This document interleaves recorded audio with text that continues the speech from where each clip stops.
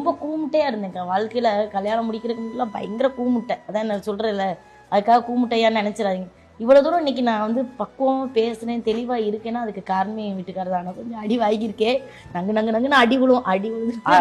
அடி இல்லைன்னா நீ வந்து திருந்த மாட்டியே.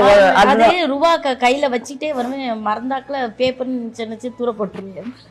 அப்படியெல்லாம் ஒரு இப்ப நான் சொன்னேன்ல கம்மல்லாம் தொலைச்சிருவேன்னு, இது வரைக்கும் நான் கல்யாணம் முடிக்கிறதுக்கு முன்னகுட்டி வரைக்கும் எவ்வளவு தொலைச்சிருக்கேன். தொலைச்சதை சேர்த்து வச்சிருந்தா கூட இவங்க வந்து இன்னொரு ஒரு பெரிய வீடு வாங்கியிருக்கலாம் எங்க அம்மாவும் அப்பாவும்.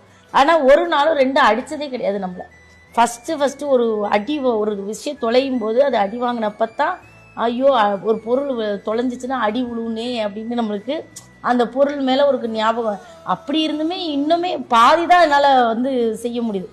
அதனால அப்படி என்ன நினைக்கிற, வேற ஏதாவது யோசனையும் இருப்பேன்க்கா. என்னமோ தெரியலக்கா, சின்ன வயசுல இருந்து அப்படியே இருந்து பழகிட்டு.